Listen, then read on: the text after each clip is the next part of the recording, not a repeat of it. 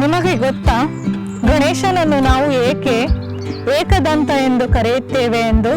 ಈಗ ನಾವು ತಿಳಿಯೋಣ ಗಣೇಶನ ಏಕದಂತ ಕಥೆಯನ್ನು. ವೇದವ್ಯಾಸ ಮಹರ್ಷಿಗಳು ಮಹಾಭಾರತವನ್ನು ರಚಿಸಬೇಕೆಂದು ನಿರ್ಧರಿಸಿದ್ದರು.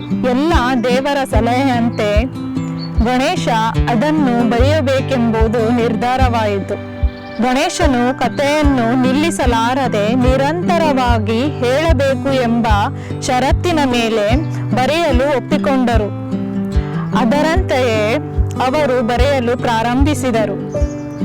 ಬರೆಯುವಾಗ ಅವರ ಲೇಖನಿ ಪೆನ್ನು ಮುರಿದು ಹೋಗಿತ್ತು. ವೇದವ್ಯಾಸರು ಕಾವ್ಯ ಬರೆಯುತ್ತಲೇ ಇದ್ದರು. ಆಗ ಗಣೇಶನಿಗೆ ಬರೆಯುವುದು ನಿಲ್ಲಿಸುವಂತಿಲ್ಲ ಎಂಬ ಮಾತು ನೆನಪಾಯಿತು. ಅವರು ತಕ್ಷಣವೇ ತಮ್ಮ ದಂತವನ್ನು ಮುರಿದರು. ಬಾಲ ಗಣೇಶ, ಆದರೂ ಅವನ ಜ್ಞಾನಕ್ಕೆ ನಾವೆಲ್ಲ ಮೆಚ್ಚಬೇಕು. ಆ ಸಮಯಕ್ಕೆ ತಕ್ಕ ನಿರ್ಧಾರವನ್ನು ತೆಗೆದುಕೊಂಡು ಅವರು ತಮ್ಮ ದಂತವನ್ನು ಮುರಿದು ತಮಗೆ ನೋವಿದ್ದರೂ ಸಹ ಗುರುವಿನ ಮುಂದೆ ಕಾವ್ಯವನ್ನು ಬರೆದು ಸಂಪೂರ್ಣವಾಗಿ ಮುಗಿಸಿದರು.